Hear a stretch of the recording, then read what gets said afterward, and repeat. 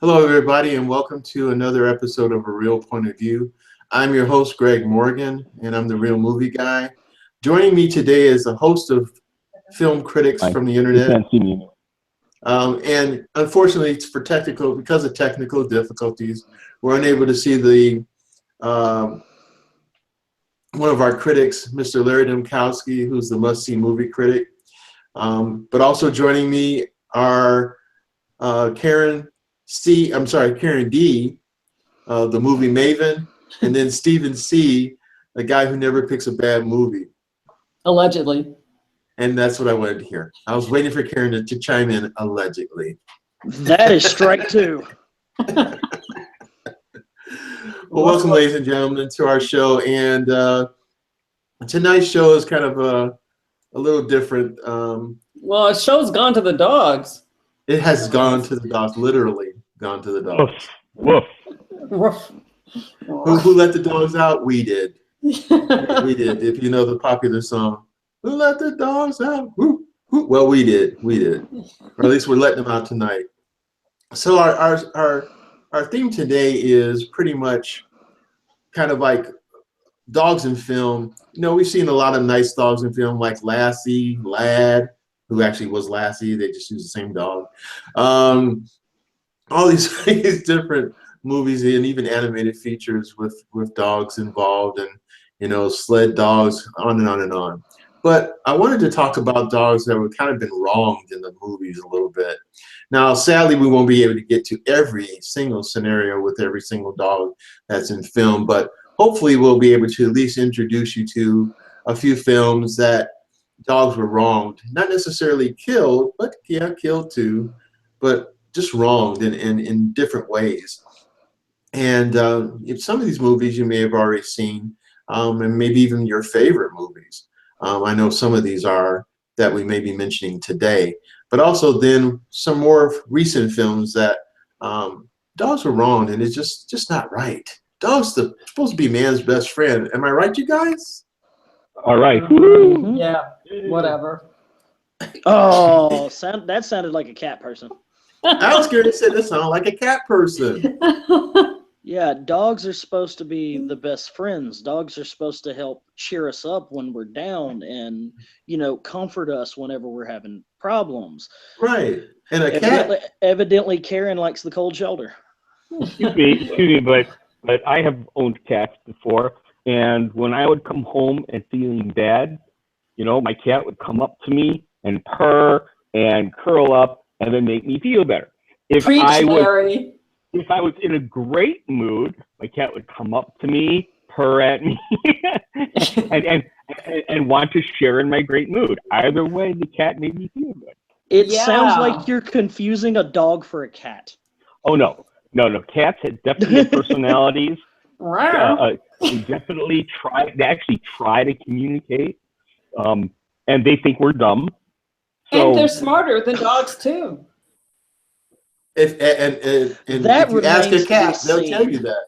and in my life, I have known a cat who made it a habit of beating up dogs. Wow. Okay, now that is exciting. Okay, I got one better before we actually jump into our subject. I was watching a video, and this family were having a picnic close to the waterfront, and I guess they were somewhere like Louisiana where alligators run wild and do whatever the heck they want to do. So this alligator was trying to come out of the water, and the cat was watching it, and the alligator got its snout right up on the shore, and just as it did that, the cat was only like 6 yards away. It ran up to the gator, smacked it with its claw, and the gator, I think, was just in shock. It stood there like, what? And then the cat looked at it sideways and smacked it again. Oh, and it went, shut up. And then it went back. And then the cat died. No, Story. no. Here's the funny thing: the gator went back in the water. And seriously, this is the same. Someone taking the same video. They're laughing because they're like, "Look at the cat beating this gator." And this is the cat's lives number 7 and 8. No. No, here's the funny thing: the gator came back with a friend. So both of them got on the land, and the one gator got on the land, and the cat ran up and smacked his friend. Oh Wow. my God. And the friend looked at the other gator like, I am not doing this. Like, whoa, So they whoa, whoa. back in the water. I could just hear that alligator going, hey, That hey, is Louie, look, hilarious. you gotta try this. You gotta try this. Come on. There's a cat up there. Come on, come on. You know what? They probably were laughing like, this cat's gonna smack you, brother. Watch. And when the cat smacked it, they both went in the water like, that cat doesn't know how close he was to being lunch. Okay, so But they're talking about cats, they're talking about dogs. yes, back to the subject. I sorry, ladies and gentlemen, I digress. But that was hilarious. It was That funny. is- that is funny. It was even funnier to watch. I was like, this cat is like lunch, but didn't happen. So back to dogs. So, ladies and gentlemen, there's been a few films out there where, you know, dogs being kind of wronged. So we're gonna go from the lighter part of that into the darker part of that. Like Karen, there was a movie that's one of your favorite movies out there that has My a dog in it. favorite movie. My Your favorite movie, and my wife's favorite movie, to be honest with you. And so why don't you give us kind of a get start here? Well, it takes place over the rainbow. No, it's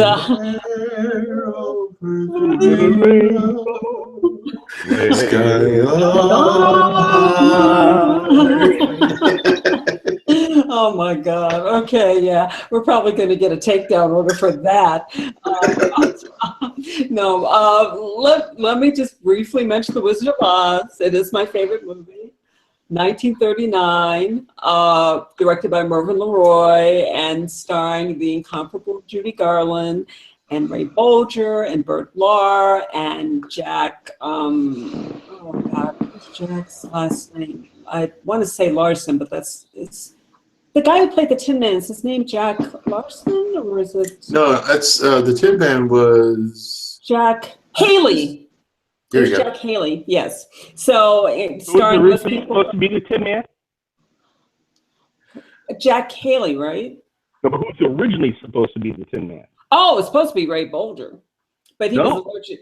no, Yeah. No, right? No. no, No, Buddy Ebsen. Buddy Epson. I mean, I'm sorry, not Ray Bolger. I meant Buddy Ebsen. I meant And Buddy the funny Ebsen, thing- but he was Buddy allergic Ebsen- to the makeup. Buddy Ebsen was originally cast to be the Scarecrow. Ray Bolger was bigger, wanted in. They gave it to Ray Bolger and then gave Ebsen the Tin Man. And they used powdered aluminum on Right. on Ebsen's. He almost died of pneumonia. Yeah, he almost died. And also with Margaret Hamilton, who played the Wicked Witch of the West, and Billy Burke, who played the Good Witch of the North. Anyway, this movie's about the dog, right? The dog's name is Toto, who, and of course, as is typical for like a little short dog that can barely, I don't know, qualify as like an actual, like, I don't know, as an actual dog. He's the smartest person in the whole film, Toto's smarter than everybody in the whole film. And just the cutest little dog. I think he's like a Welsh Terrier. He looks like that to me anyway. And, you know, I mean, a very good companion to Dorothy. And, you know, he guides the troop, her companions, the Scarecrow and the Tin Man and the Cowardly Lion, back to where she's being held captive about 2/3 of the way through the movie, because he knows how to track things. And you know, he's just this adorable little dog. But the witch recognizes that and threatens poor little Toto. And you know, and Toto gets left behind a couple of times. And you know, there are times when Toto's not getting all the respect he deserves, especially because Toto's the smartest person and dog in the movie. But anyway, so I mean that's basically what's going on. I mean, he kind of helps move the plot along. His presence kind of helps move the plot along, and I mean, he's so adorable. It kind of lightens the scarier scenes with the witch and the monkeys, which scared the crap out of me. I remember just not looking behind my bed for years while the Wizard of Oz came on, because I just knew the witch was there. And the monkeys I just couldn't deal with. So Toto. Go ahead, I'm sorry. Well, I was going to just say, Toto kind of helped take away a little bit of the stress of just dealing with the monkeys. Yeah. But also, too, here it is, you're being scared about the witch because partially what she does to the dog. Right. Yeah, she was really mean to the dog. Yeah, but her alter ego, the neighbor lady at the beginning of the movie wants to have the dog put down. Elvira Gulch wanted to. That's right. I forgot all about that part. Yes. And so she takes the dog and is going to have the dog put down. Right. And what happens? Dorothy runs away because they're going to kill her dog. What world would allow that to happen? And so you get back to the original whole plot of the story.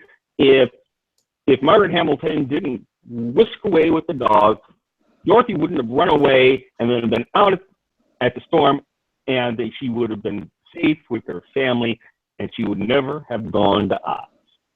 And what's that famous line when the witch has to do and with your little Toto? dog Toto too? And your little dog Toto too. Now, the name of the actual dog who played Toto was named Terry, and Terry was a Cairn Terrier. And okay. I thought it was some kind of terrier here. And of course, I got this from the American Kennel Association website. The American Kennel Association. That's what I'm talking about. Research, baby. Yeah. Yes. And I did it while Karen, you were talking. Just it wasn't knowledge I had in my head. It's just I just decided to go look it up. So. Yes, there was That's being proactive. There was Elvira Gulch. That was that embittered old woman who lived in Kansas, lived down there, and she was mad at Toto because Toto would get into her garden and eat her flowers and sort of just probably took a dump in her garden too. Although the movie never said that, but I'm thinking that's what happened. Well, hey, that's fertilizer. That kind of dog was bred to chase vermin, to chase rats and mice. So if it went into somebody's garden, it probably was because it was chasing a rat. Probably. Well, he went to a rat's house, that's for sure. Yeah. that was a spooky smile, Greg. Okay, so let's talk about the ultimate in the dog got wrong movies.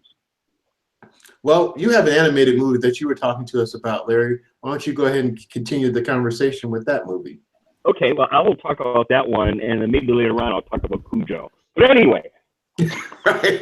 Yeah, that dog was wronged, let me tell you. That's right. In so many ways. So, yeah, you exist, therefore the dog is wronged. That's right.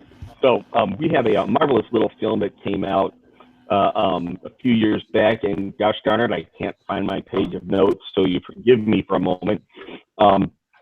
The dog, the movie, sorry, is the Disney feature Lady and the Tramp. What? Everybody's that there's a lot of wronging in that movie. But the spaghetti was good. But the spaghetti was good. It was one of the greatest things. This is a 1955 Disney classic. Wow. And of course, stars this perfect little pup called Lady who does everything right and everything is wonderful. And she falls in doggy love, and they called it puppy love. And they, with this tramp of a dog, and this dog is homeless, and he's out there, and he's a troublemaker. He's a rabble rouser, and because of this and his associate, and Ladies Association with Tramp, a lady gets in trouble and by her owners and everything, and weird things happen, and next thing you know, they have to get together and they end up saving the world as Disney gives us. And everyone is happy, and the family then adopts. Well, I don't want to give it away too much. Well, you know what? We're not going to be an unspoiler show today, I don't think. I think we might little bits of a spoiler. And because of the fact that the movie came out in 1957, you can give a little bit more there. So the point here is that the movie is fantastic. You have some great voice acting in the whole thing. And let me double check real quick here. I'm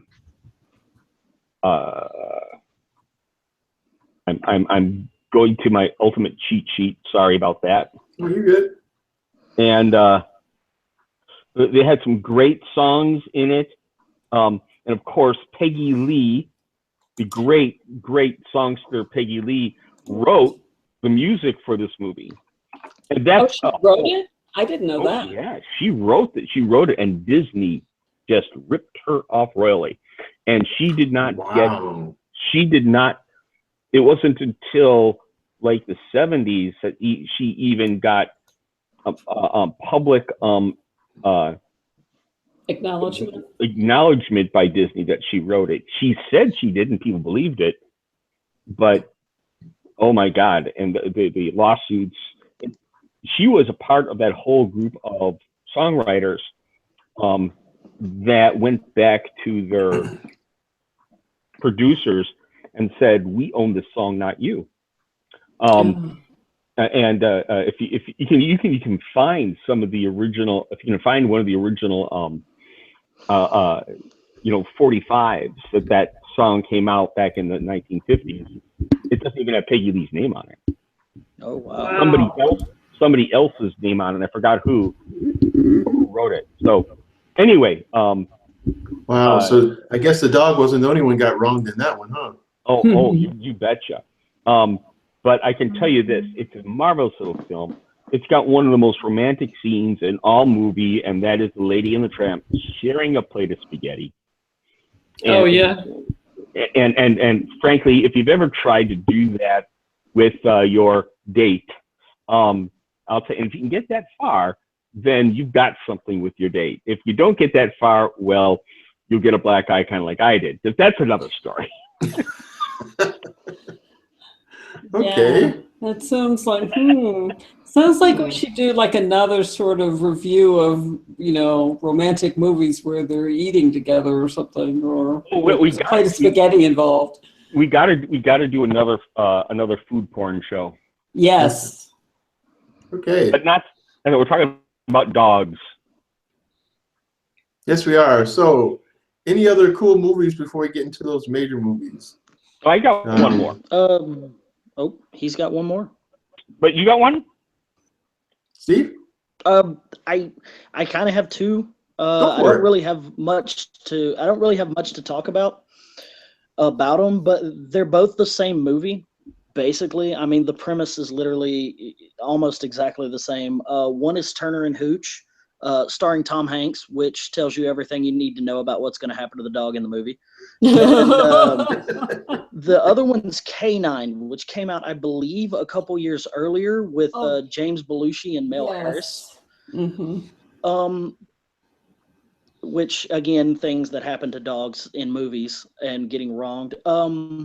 Both of them, Tom Hanks and James Belushi are detectives in their respective movies, and it's not till the very end that they realize how close they are with their furry partners, and Hanks finally puts together at the end of the movie toward the end of the movie that Hooch has been actually chasing the murderer the entire time. And then, not going to do any spoilers, but Hooch ends up helping save Hanks, and then they get the guy at the end, respectively. And then the same thing happens in the K9 movie, where the dog kind of takes the bullet for Belushi, and in order for him to get the bad guy. So both of them, the dog is the hero, but they're wronged by the villain of the movie toward the end, and that kind of leads the two policemen to finish the job. So that's really all I got. But Tom Hanks is the reason for what happened. Yeah. So we just blame Tom, right? Well, we have gone over what Tom Hanks does to other people, and now other animals that are in Right. movies with him. No one like is no species is safe from Tom Hanks. Not even volleyballs. Not even volleyballs Not are even safe volleyballs. from Not Tom even Hanks. poor Wilson. That's right. So I have one addition to this before we get to the main conversation, and that is the classic sci-fi movie from 1975, A Boy and His Dog. Now, if you've never seen this film, I highly recommend it. It's one of those things that, if you see the movie, you're probably going to go, oh yeah, it's a movie, that type of thing. However, it stars a very young Don Johnson. That's what I was going to wonder if you were going to say it. Yeah.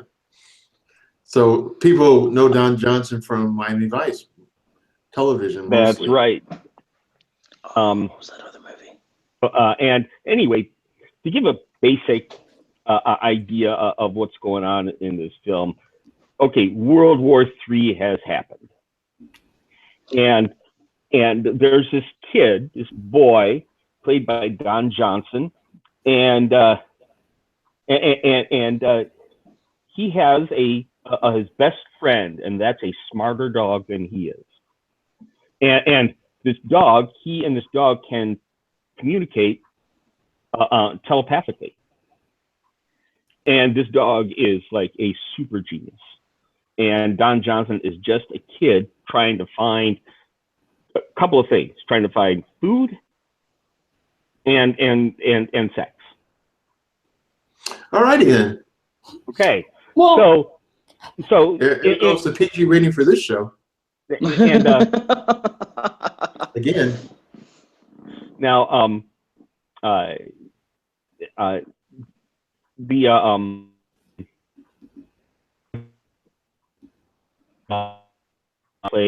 who plays the voice of the dog.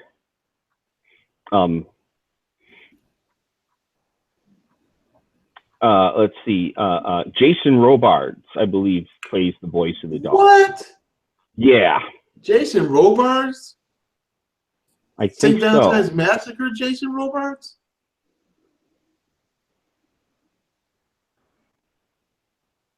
Oh, sorry. I'm sorry, what? What was your question? The Jason Robards that was in St. Valentine's Day Massacre? I believe so. He's been in a lot of films, my friend. I know. Wow. yeah. Wow, I didn't know he was doing a voiceover though. That's cool. I think he did the voiceover for the no. It was Tim McIntyre played the voice of the dog. The dog's name is Blood, by the way. And Jason Robards is in the movie. So how is Blood wronged? Yeah. Well, what happens is that in the process of just trying to survive day to day in this post-apocalyptic world, Johnson meets this beautiful girl who seduces him and then convinces him to join them underground, leaving the dog by himself in the desert. Oh, say it ain't so. No, true. And it's terrible. And he goes down there because he smells something that a teenage boy just wants to have. And he goes down with her. She seduces him. And he finds out that variety of people down there who, it's really creepy. All of them have their faces painted like clowns. So you know I'm not watching that movie. and it turns out that the reason why this girl seduces him to bring down is that, well, the people down there have had such a close society that they need the reproductive abilities of somebody outside so that their society won't interbreed too much. Wow. And so Always rather than always a ploy, and basically they're going to just do what they need to do and kill the kid to get his sperm and leave the dog up there to die. Well, he escapes and takes the girl with him, goes back up to the surface, stays together, but there's the dog dying. And I mean, he hasn't had water, he hasn't had food in days. But he's so loyal to his master, to the Don Johnson character. And the girl goes, "Oh, come on, just leave him. He's going to die anyway." Next thing you know, you see a very healthy dog there. And then you wonder what's going on here. And he said, well, he made this pun by going, well, gosh darn it, at least she didn't have poor taste. What? Don Johnson kills the girl. That's right. The dog. What? And so you have this whole interesting sci-fi movie go at the very end. So the wrong dog gets his revenge. Yeah, and the other dog, well. Oh, that's bad. Wow. I mean, rough. Two wrong dogs in one movie. Okay. That's messed up. Can I bring up one more movie? Sure. This is the classic dog was done wrong, doggone it movie. Recent vintage, and we can't have this category without talking about the film Max, a 2015 film about a war dog. It was military. Oh yeah. Was handled by this Marine. The Marine was killed in an ambush, and the dog, the dog accompanies Marines and sniffs out bombs and sniffs out dangerous situations and warns them of imminent attack. After his handler was killed, Max becomes traumatized and he can no longer stay in the service. So he's sent home, and with the idea that he's probably going to be put down because he can't deal with loud noises. He has PTSD. Issues. Yeah, he has it's exactly what he has. He has PTSD, exactly. So looks like he's going to be put down. But then at the last minute, the family of the Marine that was killed decide to adopt Max. And they have another son, a troubled teenager. And they think, well, maybe this can help our teenager. But the boy has no interest in dealing with the dog. He doesn't want to deal with the dog at all. He has zero interest. And it's almost like he kind of blames, Max for his brother being killed. And he just has a lot of problems and issues because he doesn't really remember his brother that well. His brother was significantly older than him when he went off to Afghanistan. And he just, he has a lot of trouble just dealing with the fact that his brother was killed in the war. So Max is hanging around, but the boy basically ignores him. And then they kind of start bonding a little bit because one of the kid's friends, Justin, one of his friends is this girl who really likes dogs, and she knows how to train dogs and stuff like that. So they kind of bond, and then he kind of starts trusting Max a little bit, and Max kind of starts trusting him. And actually, Justin's the only person that Max will listen to.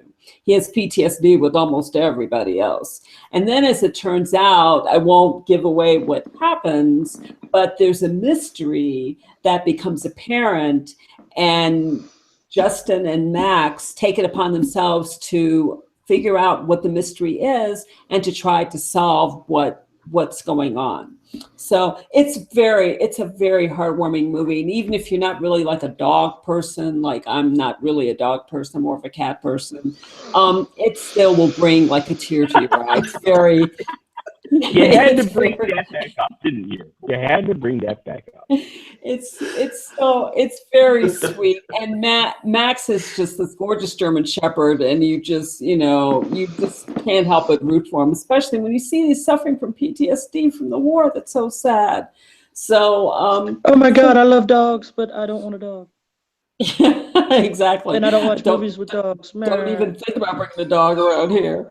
So, but anyway, it's a very heartwarming. Is it a great film? No, it's not a great film, but it's a heartwarming family type film. You know, the kind of film where the whole family can sit around and get a bowl of popcorn and just enjoy, and and really kind of come to a better understanding of the very critical role that dogs have played during the wars that our country's been engaged in, and not just with Afghanistan, but going, far earlier than that. I think maybe even back to the Civil War, but definitely World War I and on. Dogs are critical partners of our military. So anyway. Yeah, so a good point made, because even in the movies that Steve mentioned a little bit ago, you're talking about that next quote unquote semi-military situation and being in the police force, where the dogs again are helping the police determine a lot of things so very similarly as they did during the different war efforts. So yeah, that's kind of cool, and it's kind of sad, because just like as valuable as they are, they too pass away and perish, and then in this case, in Max's case, are traumatized because of things that are happening that are typically unnatural, things that are very violent and very costly, Right. as far as humanity and also animals as well. Before we continue, I want to point out one thing. Sure. I want to point out that Karen just said, this is a great movie to sit down with your family, and it's heartwarming, and get some potty up and really a movie. It's not a good movie, but really, sit down and enjoy the movie. I don't know what is. That's a thing that just happened. I just wanted to point that out. I apologize. What are you pointing out again? What are you trying to point out? Just because a movie is watchable and we like it doesn't necessarily mean it's a good movie. No, I completely get that. I just thought it was funny. I apologize. Well, here's my thing. Here's a Karen. Karen doesn't really like that kind of movie, but it goes to show that she's very much like a tree in nature. She was bending and not breaking.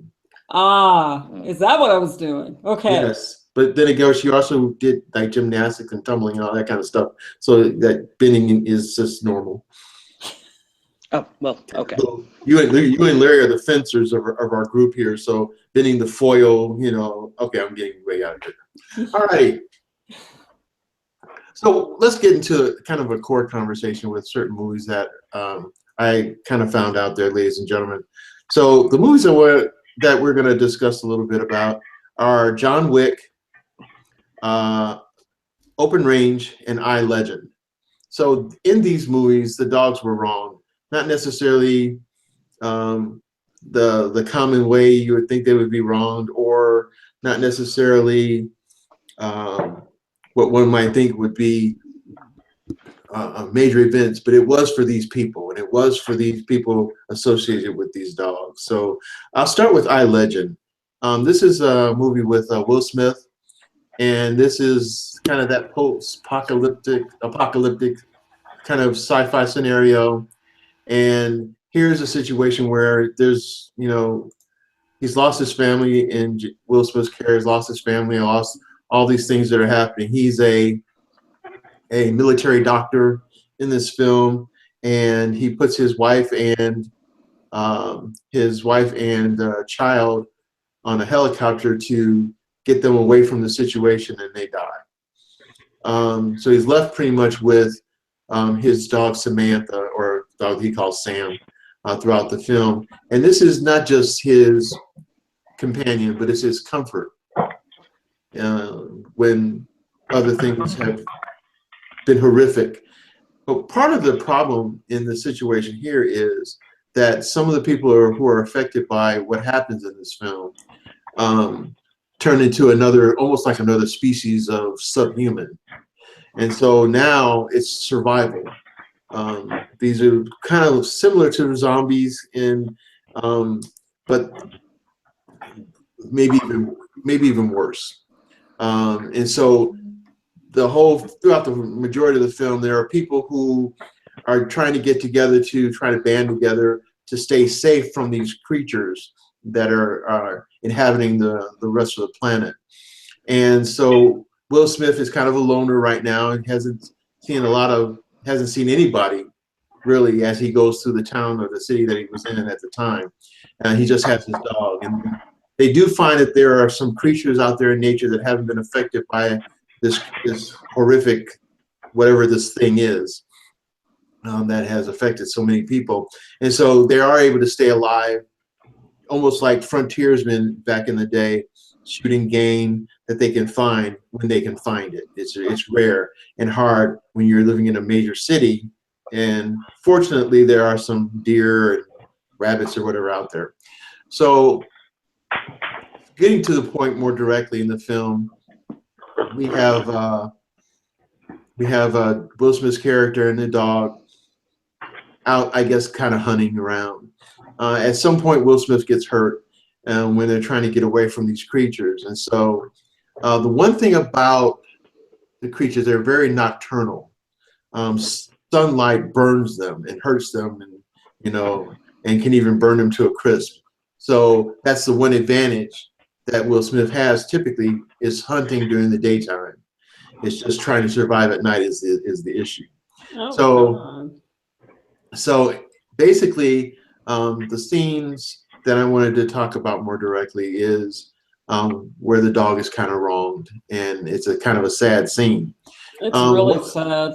Yeah, one of the things that's really cool about your man's best friend is as you would get that relationship with your pet, and it's such a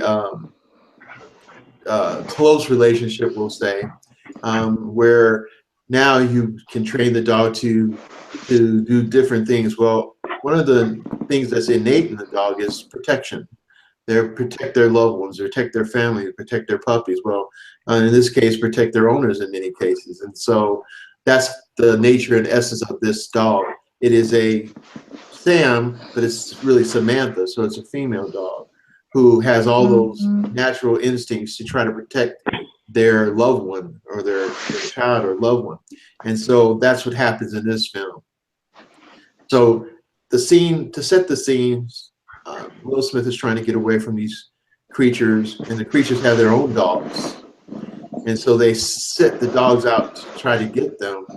And there's this void in the area where the sun is starting to set. And darkness is enough for the dogs to come out, but there's a stretch across the roadway that Will Smith and the dog are on the other side of that light, trying to get back to their vehicles. Since Will Smith's hurt, he's kind of dragging himself on the ground, and he's telling this dog to come on. The dog's barking, but he's barking at those other dogs, and he's telling Sam, come on, come on. And so Will Smith gets pretty close to the dog, to the door of the car, but that schism of light is starting to get smaller and smaller and smaller, because every time the other dogs, the creature dogs, try to get past it, they singe themselves, almost like vampires in the daylight. So that beam of light is gone, and now the dogs are rushing after them. So Sam's fighting off one dog, and Will Smith has his gun. He's able to get a gun out of his car, and he's still on the ground. So he shoots one dog, but he can't get to the other dog, and it knocks the gun out of his hand. And so Sam's fighting the other dog on the other side, and it's this battle trying to save his master, and the other dog bites Sam, and so that bite is enough to infect Sam. And so ultimately, the dog kind of throws, Sam kind of is able to get the other dog off of him, and it knocks the dog off of Will Smith long enough for Will Smith to get the gun able to shoot them and kill them dead. But now, you know, poor Sam is in the road, half alive there. So and infected. Pardon me? And infected. And infected. And so after doing so much to try to save his master, Will Smith doesn't want to die, and Will Smith, being a doctor and a scientist, is going to try to give it some kind of potion to try to help it that he's somewhat developed, and he's not in time. He could see in the dog's eyes once he gets it back to the lab that it's starting to change, and he can see in the teeth that it's starting to change, and is trying to snap at him, so he has to put it down himself before all that happens. So trying to save the dog from going into a more horrific essence of, well, not really life, but something, whatever that would be. And so that's the dog was wronged in the sense of having to deal with that situation, but also sadly wronged by his master in a way. But I guess not really. The master did what he did to try to save the dog's horrific state. And it's just a pretty sad situation. Well, he did try to save his dog too, because he had developed this vaccine, like you said. He thought, it was experimental. He hoped it would work, but it really didn't work all that well. It was very early stage. It was like an alpha version of what he was trying to do. So, he did the best he could, but he didn't want his dog to suffer. Right. Now, what's interesting for me about this film, far more than about the dog, is that they really borrow heavily from Old Yeller. Old Yeller kind of does the same thing. They have that same kind of relationship and everything. But what's also interesting about this film, it's a remake. It is? It's a remake. Do you know what the name of the film that was originally made was? No. Larry, share. The Omega Man. Really? Oh, really? That's Charlton Heston? With Charlton Heston, that's what I was going to say. Yeah, with Chuck.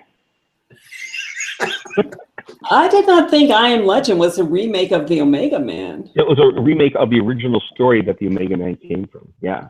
Oh. Wow. That's interesting. Yeah. The whole idea of the last man.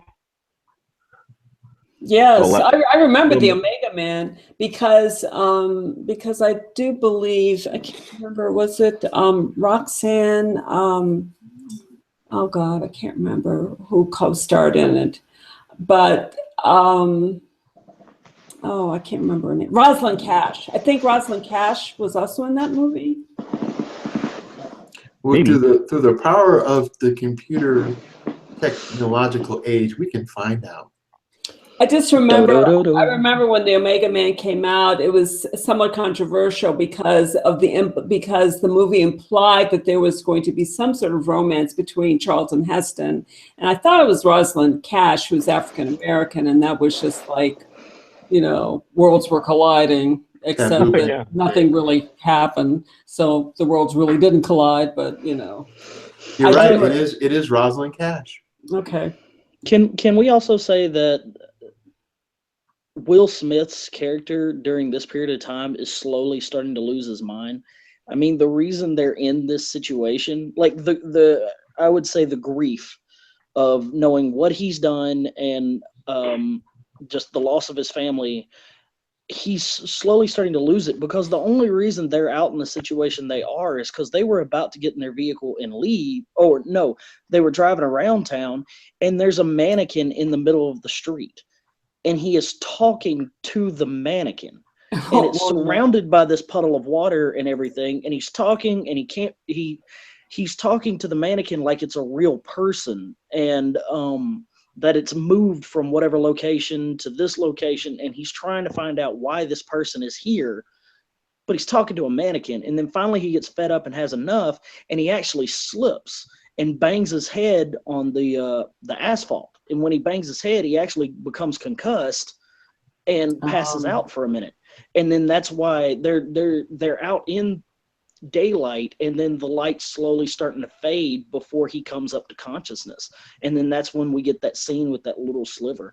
So it's his craziness, and not of his of his own fault, but not of his own fault, that has led to this point where we have a wronged dog and a bad situation, in which losing this dog, he slowly starts to dip more and more into levels of just crazy and insanity. Well, at least the mannequin isn't Kim Cattrall, and that is true. Well, that's true. Oh my God, what a disaster of a movie that was. Oh, it was. And thank goodness there wasn't a dog. At least I don't believe there was. So right. We don't have to talk about that movie anymore. Well, why don't we move along? Real quick again about that film that I liked about is it takes this theme of this because of being alone and what being alone can do to you. Right. And there's a lot of movies out there. There are hundreds of movies out there that do that. I mean, we mentioned one earlier in our conversation. With in Castaway.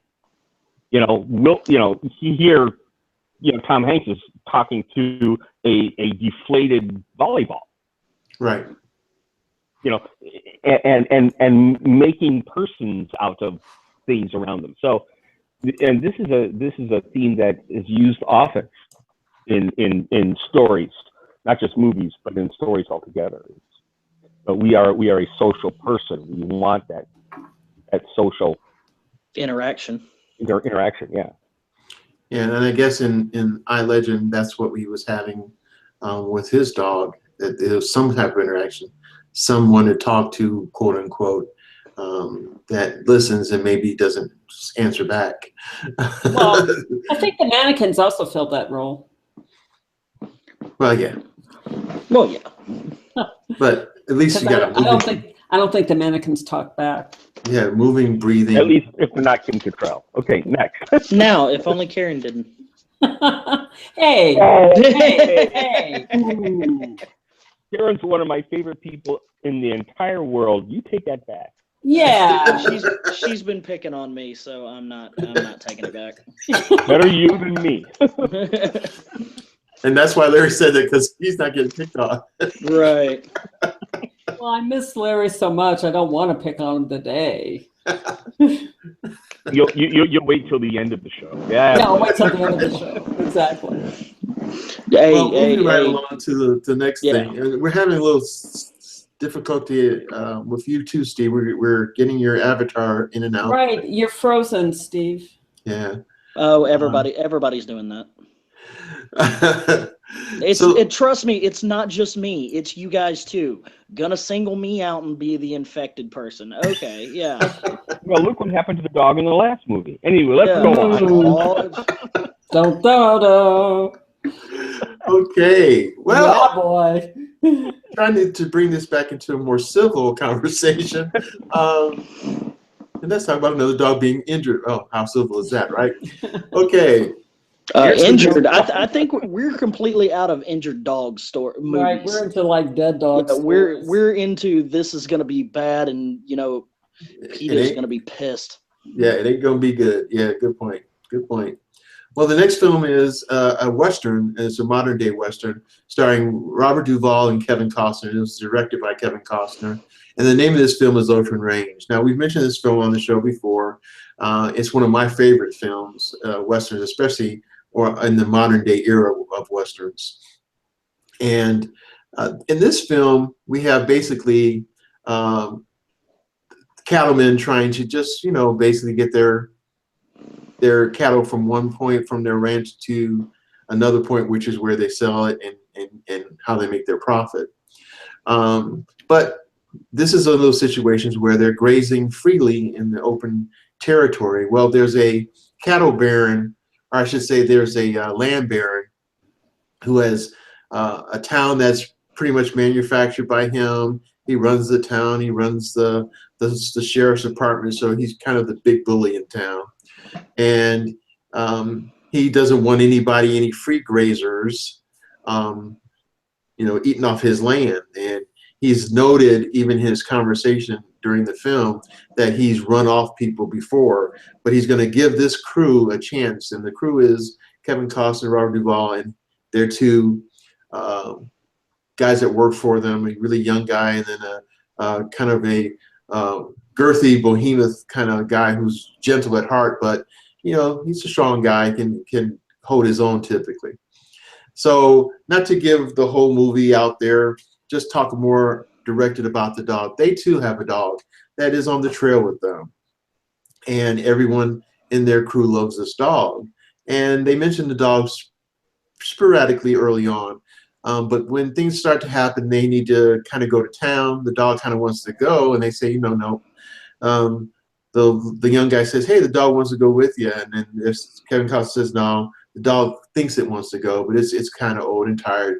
It's going to stay here, so it might go out for a few minutes, and it'll be right back. So they talk about the dog a little bit. And with Kevin Costner's character in this film is kind of stoic, so him talking about the dog is like a miracle because he's kind of like real straightforward. If it wasn't for Robert Duvall, there would be no levity. So it's kind of ironic that the levity would come from Robert Duvall. I know. I know. It's crazy because he's such a dramatic character, right? So anyway, with that being said, something happens when they go to town. They're just trying to get the lay of the land, and the sheriff kind of lets them know. Well, let me go back a second to get more toward the situation with the dog. So they decide they need some supplies. So they send the girthy gentleman into town because he's pretty much the coach driver of the wagon train, and he's the cook. So they send him into town to get supplies. Well, he doesn't come back right away, and so they're getting a little bit worried. But they're trying not to. They're trying to give him some time, and it's just too much time. So Robert Duvall and Kevin Costner decide to go into town and see what's going on. Why is he delayed? And they leave the younger guy, who's probably like 18 or 19 years old, and he leaves him with the dog at the camp. So they go to town. They find that their friend has been put in jail because he was in a fight in the general store. Well, because the land baron knows about what's going on, and he's trying to do whatever he can to persuade them to get out of town, he sends his henchmen over to the store, and they try to beat up on this guy he's a big guy, so he's manhandling him. We hear about it, we don't actually see it. But they put him in jail for starting a ruckus, when in reality he had nothing to do with starting it.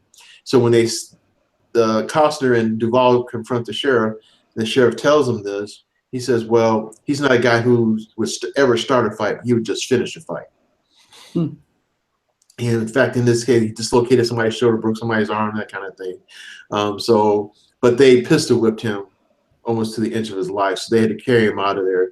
They take him to the local doctor in town before they go back out to their campground, and they eventually go out there.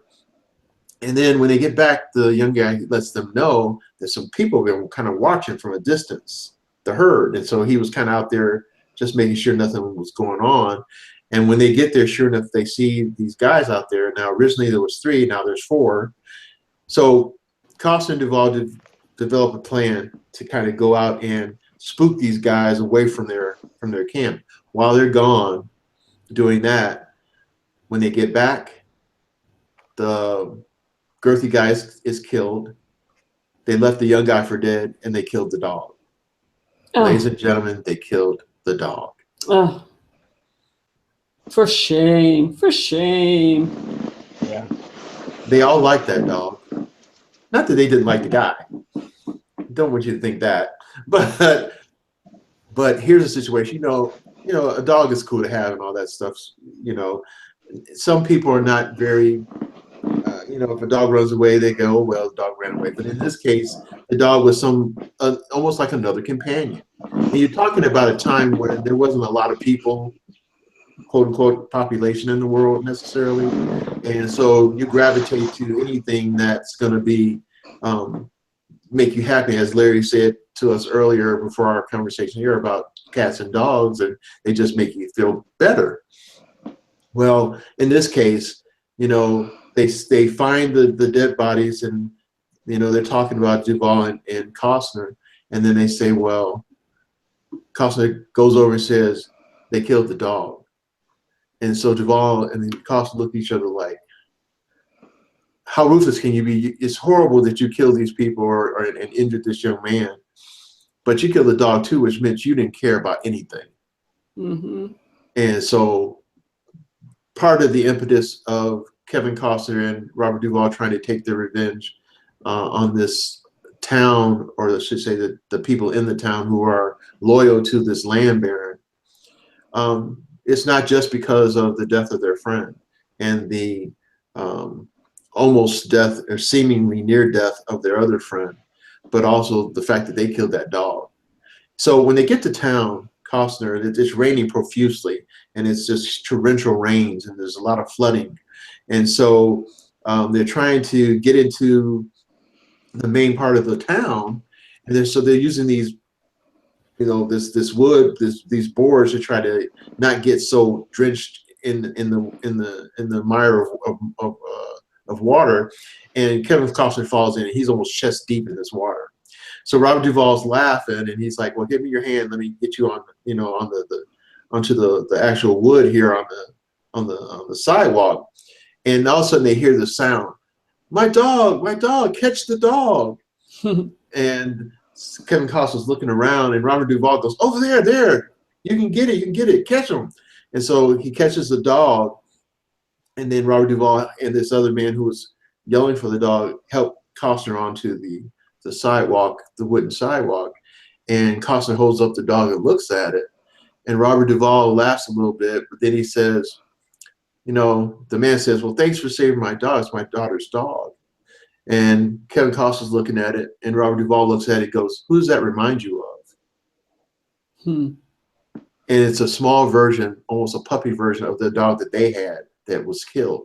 Aww. So from going to save the dog and looking at the dog, Robert Duvall's slightly whimsical, and then they brings them back to their focus when he says, who does that remind you of? Right. And so now they're back into focus as to the reason why they're there. So the dog had obviously a very poignant role in this film, even though it was short-lived, and it was brought back to focus by this young dog, which reminded them of their dog. And it's like, wait a minute, we're back focused. Now we know why we're here. We're here to get these guys. Yep. So I thought that was pretty poignant in the movie. And I think I hope, as people saw that, at least that section of the film, when he says, "Who does that remind you of?" as if the dog was like another person. Which back then, and especially now with certain pet owners, the dog is a person, or the cat is a person, or whatever they have. They're not treated as a pet. At least the dog or the cat is a family member. Right. Right. And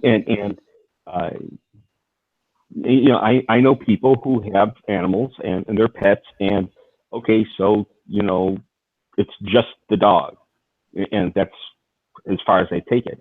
And I know families that have a dog, and it's like, but this is not the dog. This is Buddy.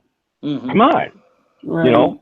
Yeah, and so I mean, everyone's different as far as that's concerned. But I think that in general, our culture, we like to think of that. We like to think that this dog, this cat, this goldfish is a member of the family. Yeah.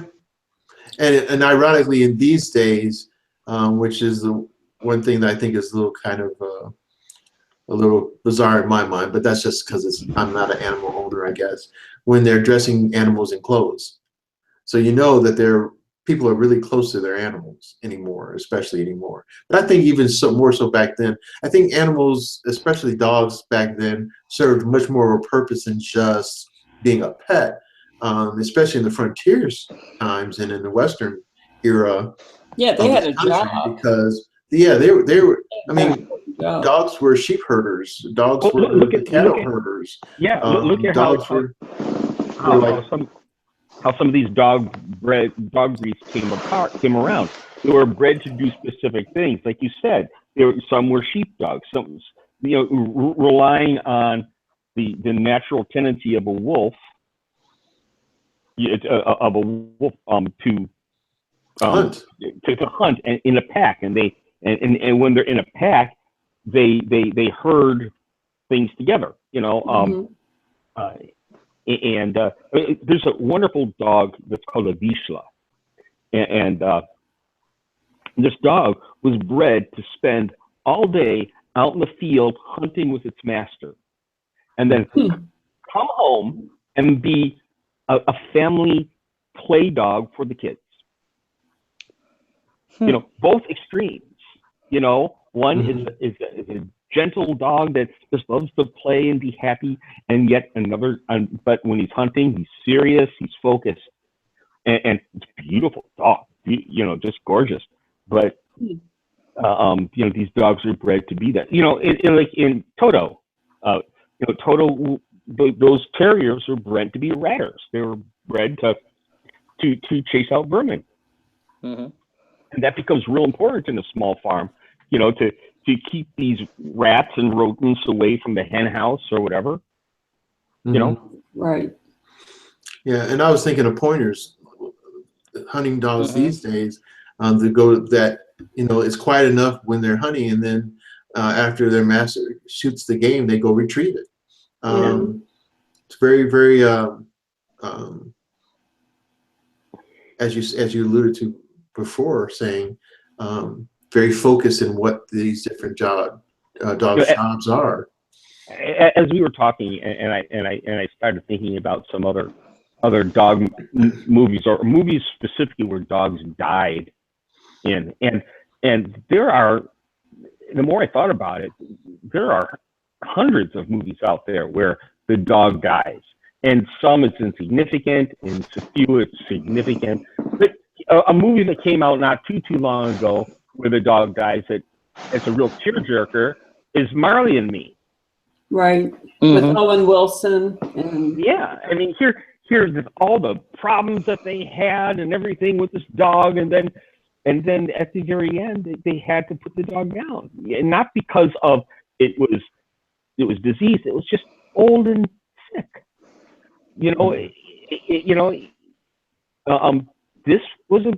This is a tear-jerking film, and you're talking about this dog as a family member, and that's how they look. That's how this movie gives us Marley as a family member, and it's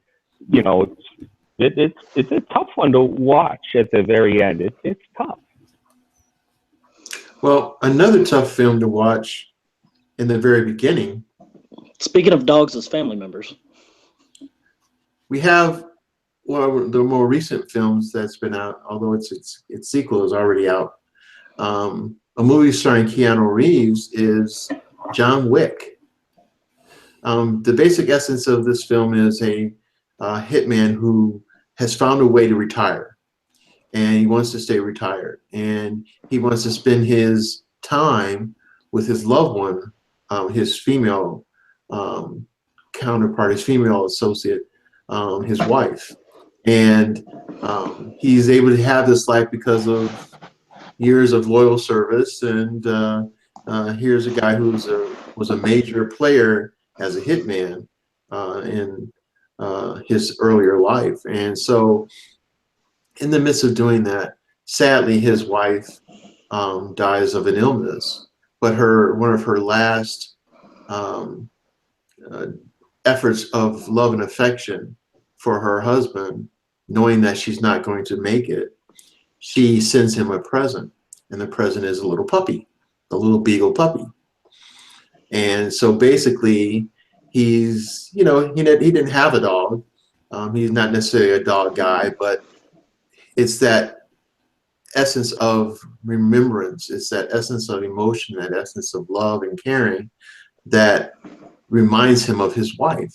And so the dog becomes more endearing to him as even in short term. And so he starts to take the dog everywhere he goes.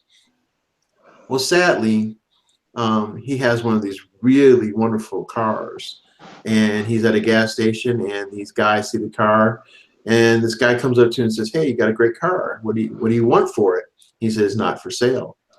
Well, unfortunately for John Wick, these guys are just not some guys just hanging out in the car. They're basically, quote unquote, Russian mafia type guys. And so they follow him home. And then when he least expected, they intrude into his home. They beat him pretty much to a pulp because they caught him off guard. And the one thing that they did, the first thing they did, they kicked the dog around. And so later, the dog, as John Wick is just on the ground, totally beat, senseless almost, he looks down his little hallway and he sees the dog, and the dog tries to run toward him, and they kill this dog. And this is a puppy. And John Wick's looking at this, and you can see the horror in his face as he hears that last yelp from that dog. And so later on, you find out that these guys go to this chop shop to try to sell this car to this chop shop. And John Leguizamo, who's another great actor, in my opinion, he's in this film, and he recognizes the car. And he looks at the guy and says, "Wait a minute, where did you get this car?" They said, "Some guy." And so he doesn't say anything. He goes, "Okay, well, I'll keep it. I'll do what I can, and I'll let your dad know." So. Oh, no. He tells him to get out. Oh, yeah, he's upset. Yeah. That's right. He actually slaps the kid, the kid in the face. And then one of his partners pulls a gun on him, and Leguizamo makes him back down, basically just through. I like that scene. Fear. That's a great scene. It's an amazing scene. It is. And then he makes him get out, which of course results in a phone call. And then we learn who John Wick is. We learn who John Wick is. So one of the even greater scenes, another scene that's pretty good, is when the kid gets back to his father, and his father lets him know who John Wick is. Mm-hmm. And one of the things, and I'm don't quote me, but one of the things he says to his son after he kind of punches him around a little bit because he feels that he's been an idiot and acted rashly. He says, "Do you know who the boogeyman is?" He said, "The boogeyman is afraid of John Wick." That goes he says this. He goes, "You know what a boogeyman is?" And he goes, and the kid goes, and the son goes, "Yeah, what, someone from a fairy tale or something?" And then he goes, "John Wick is the guy you send to kill the boogeyman." And that's a great line. I feel one thing that really drives the scene too, and one thing that really shows his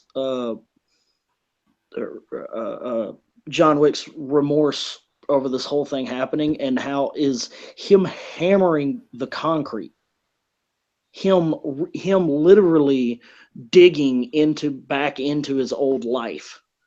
Because love that part. Yeah, and it's there's so much symbolism in just that part, as much as the father beating up his son and telling him why he's wrong and what he's done, and the fact that there is literally nothing he can do to stop this from happening or what's going to happen.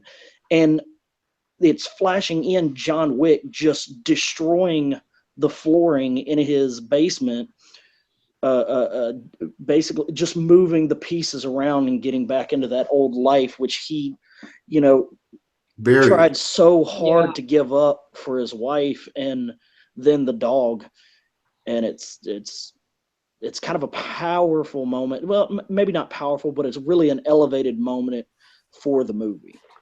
And it's also interesting seeing what he's digging up, because as he digs up not just his weapons, but he digs up currency that he not even going to spend or use, because he put it all away when he put it away. And the fact that he was wronged by these people was compounded by the fact that they killed his dog.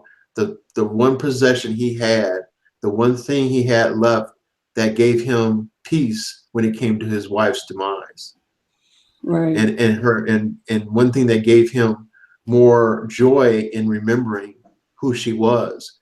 You know, a lot of times when people pass, they always say, it's said, you know, people start to lose focus about what the people look like or the feelings and things like that. Well, he had a visual living reminder of who she was and the kind of person she was, and the note that he kept that she gave him that accompanied the dog. You know, and he was getting to the point where he was taking that dog. You could see it. You could see the bond building. And when that was taken away from him, it's like you literally took away the one thing that was giving me joy. And it was about the car, but it was more about the dog. Well, it's kind of like, too, it's the final straw, you know, it's the last straw. It's like, okay, you took my car, maybe I can deal with that. If, you know, you come into my house and you violate my sanctuary, you know, maybe I can deal with that. And then, but you killed my dog. You know, one thing that connects me to humanity, Right. destroyed that. You know, you do not mess around with a guy's dog. I mean, it's your best friend. It's your, and this dog does it's his connection, not only to his past, but it's his connection to being a human being. Oh. And this has been taken away in a very cold and ugly way.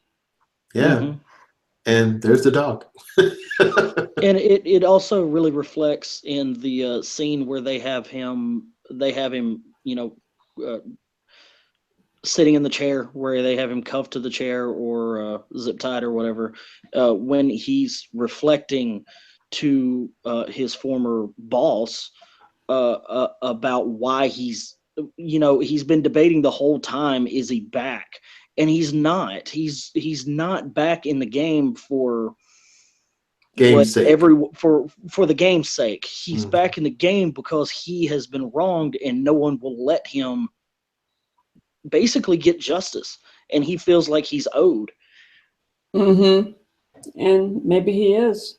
I feel like he is. I mean, he's literally gone through 3 stages of getting violated in his own home. Well, I think that that's part of the question here, is because when you take a look at what he has done in his life, he isn't owed anything. He's owed nothing because he is a criminal. Oh yeah, well, there's that too. He's a bad guy, and yet the deals that were made to allow him to have that life with his wife, have his own life at the end, which happens just before the film begins, unknowingly by the son of the mobster, that deal was broken. Which honestly, you can look at everything that he's done. Because if you want to believe, if you believe in karma, and we all have some semblance of, you know, what goes around comes around, or have seen moments in our own lives where that's really the case, where people got what they were due. You could say everything he did, that his wife's illness and then her leaving was him basically getting payment or for everything that he'd done. Right. But that dog was kind of him being ahead. Like, he paid for that emotionally, and you know, everybody would say, you know, it's one life for many. It's not the same. But I disagree with that, and this is why I disagree with that. I think that John Wick, he places that on the dog, mm-hmm. but life doesn't. Right. He places it on the dog, you know, and so that dog becomes that connection for him. But life doesn't owe him anything. You know, as a matter of fact, you know, if you're looking at it from a certain point of view, he's John Wick is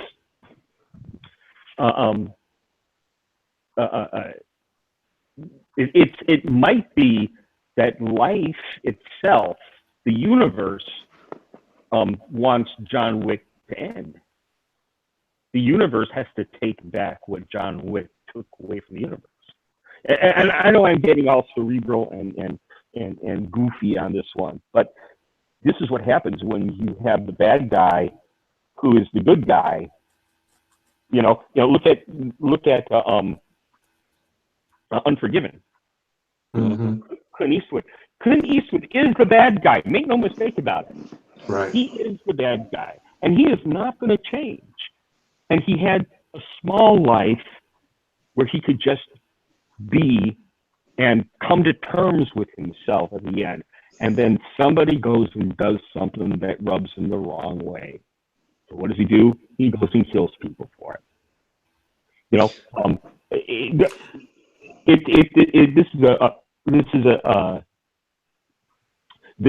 has been in literature, especially in the last century, maybe a little more. This theme where a person is trying to let go of the past and just embrace the now, and they can't. Mm-hmm. Yeah, I see that in a lot of different films. Right. But I guess in this film, just to get back to toward the theme of it, of tonight, is, you know, with all those things that the universe are doing, Larry, and I get that. But here's the situation: he wasn't bothering anybody. He was in his own home when this thing occurred, and they took the one thing away from him that, as I think even you and both you and Steve and even Karen alluded to, this thing that links him to humanity, and they don't care about that either. Well, I agree with that point. I'm just yeah. saying, I'm not saying that. I'm just saying, getting back to the theme of the dog. Right. Well, that's true, but the movie as a whole, you know, it's not that it as a whole is. We have to remember that John Wick is a bad man. Right, and that's the whole point. The point is that here was the person that, of all the people that you could have messed with, that would not be retaliatory, would not be any more violent than the violence that occurred, and try to get the police or some law enforcement involved, or the fact that the person would, you know, had no recourse. That's not this guy. Yeah. And they didn't know that. And what happens after that could have been avoided totally had they not messed with him at all. He didn't provoke them with how as tough and as mean and as horrific as this guy has been in life. Mm-hmm. He did not torment them. He did not provoke them. He didn't do anything other than drive and get gas. Right. He was minding his own business. Right. So whatever the universe was enacting with regard to him, it was also doing the same for them, because they too also were no better than he was. Right. And so within the realms of that same scenario, we have this dog that is part of that impetus to get back at people who have wronged him. And like the picture says, don't mess with my dog. And Karen? oh, I was going to say, John Wick is definitely a bad dude, and maybe to a certain extent, what happened to him, although unprovoked, is just maybe remnants of the karma that was coming his way anyway because of all the other stuff that he did. But his devotion to this dog just highlights that he may have been bad, he may be bad, but he's redeemable. It's like the dog, and for the most part, because he's redeemable, because he's human, it's easier for us as an audience to root for him. And even though, we know that he doesn't really deserve our, accolades at all, because he really is a bad dude. But there's some redemption there. And it's like, like how they say that dogs know if you're a good person, so if underneath it all, if you're kind of crusty on top, if you really have a good heart, dogs find that out. Mm-hmm. So we're more comfortable with aligning ourselves with the characters that the dog likes. Well, I think you're making and Karen, I think you're making an important point here, because the dog, I mean, there's a technical reason why we need the dog in this story, is because we need to relate to John Wick as someone who is looking for that second chance on being just a normal person. Mm-hmm. And we get that through his dog. Yep. Mm-hmm. The audience members. Like in this picture. Yep. Oh, yeah. Okay. Yep. I take issue with the whole dog sleeping in the bed thing, but that's me. Just to say that you're a terrible person. This is to show that Steve, you know that if you keep talking like this, the angel of death will come to your house. Well, you know what? Shots fired. Hey, speaking of shots fired. Speaking of the TV show. That's a good show, by the way. That is a very good show. I love that show. Yeah, that's good. What show is that?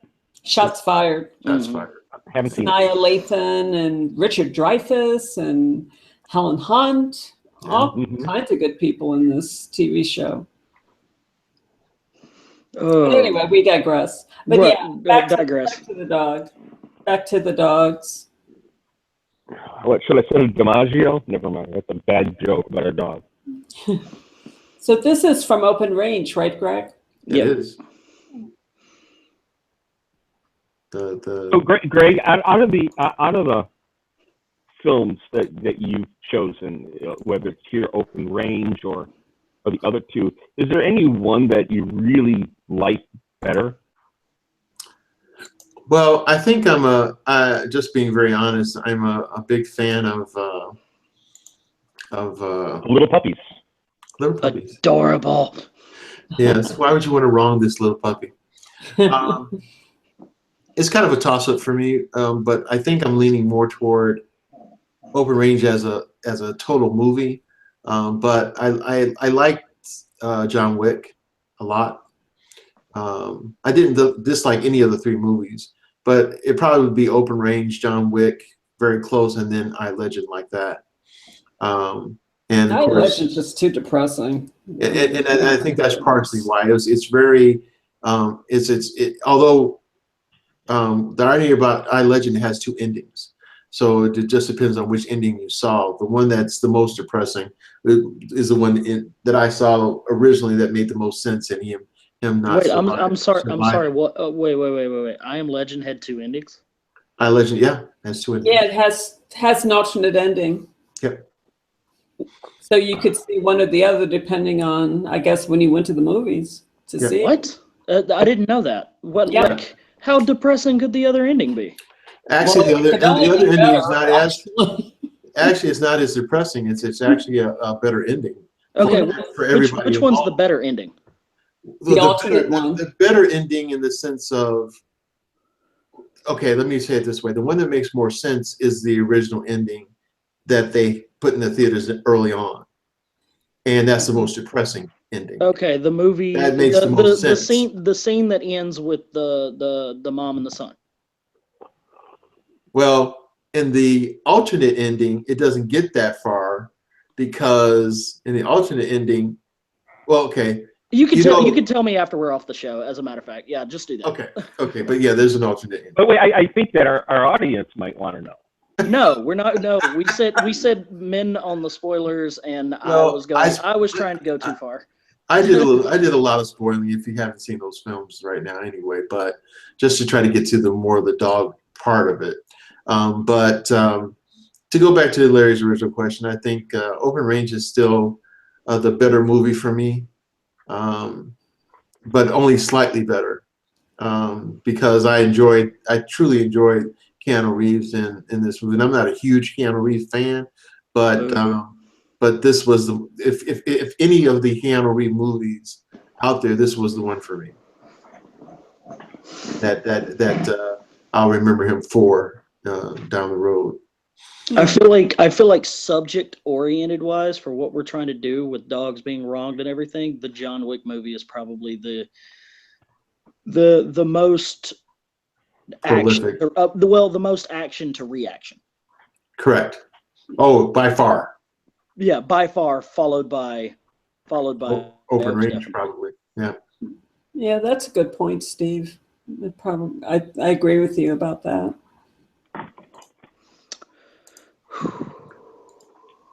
Well, I just have to mention one other movie, if I may, Greg. Sure, go ahead. And this one really does not belong in this category, but technically you can put it in there. Guys, one thing before you continue, Larry, I have to ask this question. It's a very poignant question. Something that I know Steve will back me on this one. Is Glenn Close in the movie? No. Oh. Karen will never see it. We had a thing. You better stand down. It was almost like every other movie Karen mentioned, Glenn Close was in it. So we were just what abs? Just playing, ladies and gentlemen. This is a movie where the dog is wronged and dies. Unfortunately, nobody cares. Whoa! It is National Lampoon's Vacation. Expound. Oh, okay, I know what he's talking about. And nobody cares. Zero people and care. Nobody like really... the audience didn't even care. Glenn Close was in 101 Dalmatians. Which version? And she was all about mistreating dogs. That's right. That's right. Those dogs have done wrong. Okay, National Lampoon's Vacation. So what happened, Larry? Expound. About what? National Lampoon's Vacation. Oh, well, I mean, you know, the dog's on the leash, and the leash is attached to the car, and the car takes off. And when they stop, it's just the leash and the collar and no dog. Oh, I wonder what happened. We're gonna assume that the dog ran away. Was freed before the car really got truly going, or it bit through the leash and got away.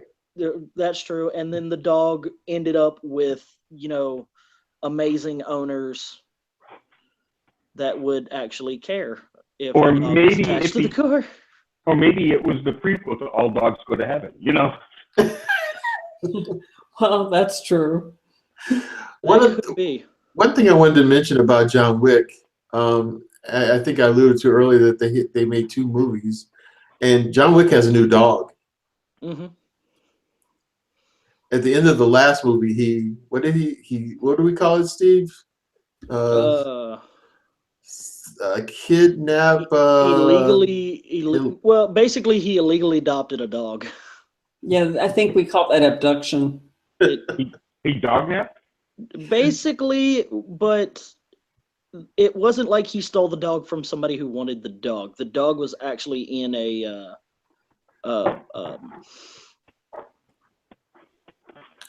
shelter of some kind. Yeah, and she just kind of took it. Yeah. So it wasn't like the dog.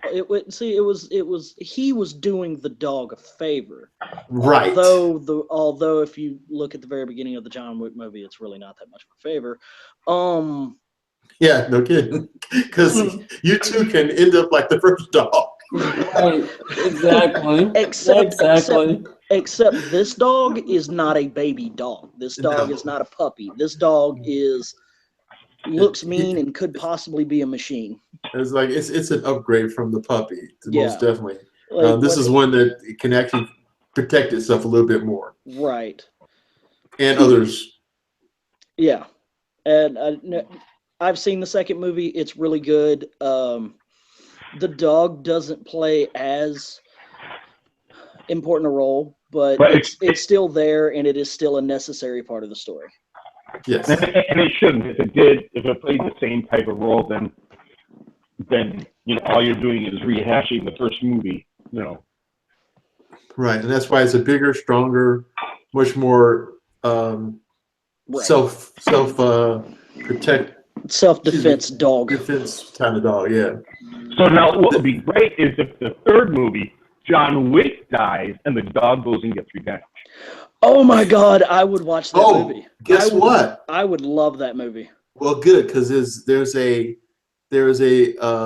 YouTube video that does just that. The dog, John Wick dies, and the dog does do that exactly there. Oh my God, that would be amazing. You gotta check it out. It's hilarious. God, the dog just goes on a citywide massive hunting, killing. Oh my God, it's Cujo with better writing. Wow. Well, Larry, that is high praise indeed.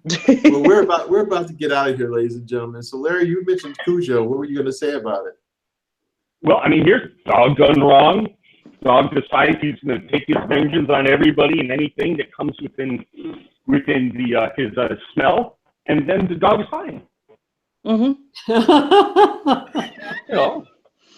Yeah, basically, you existing pisses off this dog. Yeah. It's all good. It's all good now that I've eaten everybody. It's all good. And at the end, everyone's like, we're cool. And that's what's funny. The dog survives, and everybody's like, okay, cool. Yeah. Once again, and we could do this all day. Stephen King can't write an ending. But I hope so, because he's got a new movie out called Dark Tower, and I bet that thing to end. Did you read the book? Read the books. Good job. The books are great. Yes, amazing. And I'm hoping they've got a great actor. They've got a gunslinger. Yeah. Who's the great actor? Idris Elba and Matthew McConaughey are both the main characters. Oh, wow. So right there, I have high hopes because of those two actors. I've got high hopes for this film, and I hope they don't try to cram everything in one film. I hope they just take a slice and make it their own thing. Yeah, because it's 7 books. Yeah. So you can't do this in one film. It's just it would be ruining the story if you tried to do this in one film. Oh, you're absolutely correct. I agree with you. Well, let's hope that's the case. I haven't heard or read anything saying either way, but I'm hoping that's the case because I think this was the first weekend for it. They just debuted the trailer, I believe. Oh, okay. I saw the trailer Thursday. Yeah, they just debuted the trailer this week for it, or this past week. And I finally saw the full trailer for the next Star Wars film. I haven't seen that yet. No. I have seen the new trailer for the Ragnarok. I already say it wrong. Thor Ragnarok. Thank you. Thor Ragnarok. Oh, that looks fantastic. Yeah, that looked fun. I'm really looking forward to that. And I've seen 3 trailers already for Wonder Woman, and I like all of them. They all look good. So, well, ladies and gentlemen, we're going to head out of here. Thanks for listening to us, and please come back again and listen to us here on A Real Point of View, and go to our YouTube channel and please subscribe and take a look at some of our previous episodes, and more importantly, please support the movies and get out there and see a good movie, and hopefully some of the suggestions that we've discussed over time and tonight, you'll take a look at and enjoy them as much as we did. Any other words before you go, you guys? I know, no. I mean, rough. Or you could say, so the dog says, point to the dog and say, what's that on the tree? The dog goes, bark, bark. And they say, well, what's on top of the house? And he goes, roof, roof. Who's the greatest baseball player in the world? And the dog goes, roof, roof. And then everybody kind of looks at the guy, and the dog just says, what? Should I have said DiMaggio? End it on that, because I got nothing better. Oh, yeah, I got nothing. End it on that, because I got nothing better. That was good. That is great. All right, everybody. Well, thanks again for listening to us here at A Real Point of View. See you next time. Take care, everybody. Good night. Night.